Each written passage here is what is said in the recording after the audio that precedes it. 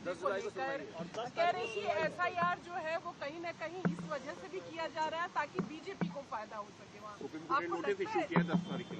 अब हमारी पार्टी में भी हम बैठ के बात करेंगे और इस पर क्या फैसला लेंगे, मगर हमारा एक ही है कि आप इतने कम टाइम में एक्सरसाइज कैसे कर पाएंगे। बहुत टाइम कम है।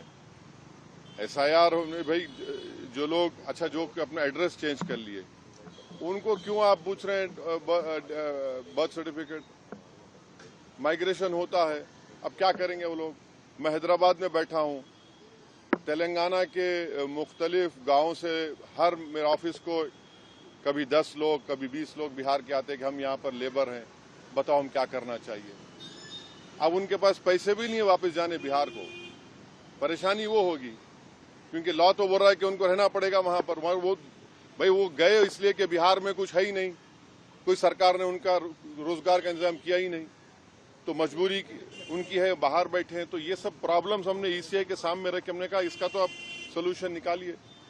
चुनाव आयोग ने क्या भरोसा दिया आपको? काफी आप चुनाव आयोग खुद बोलेगा, मैं क्यों बोलूंगा चुनाव आयोग की तरफ से? क्योंकि वो तो अंदर से आप आश्वस्त नहीं, आश्वस्त सवाल नहीं। देखिए, हमने ये सब जो बातें आपके सामने रखी हैं, जो पॉइंट्स हमने सामने रखी, उनके सामने जाके बोला हमने कि ये प्रैक्टिकल डिफिकल्टीज हैं, कैसा आप एक महीने के अंदर कैसा करेंगे। तो उन्होंने कहा कि नहीं, हम लोग BLOs को रखे हैं, वॉलंटियर्स को रखे हैं।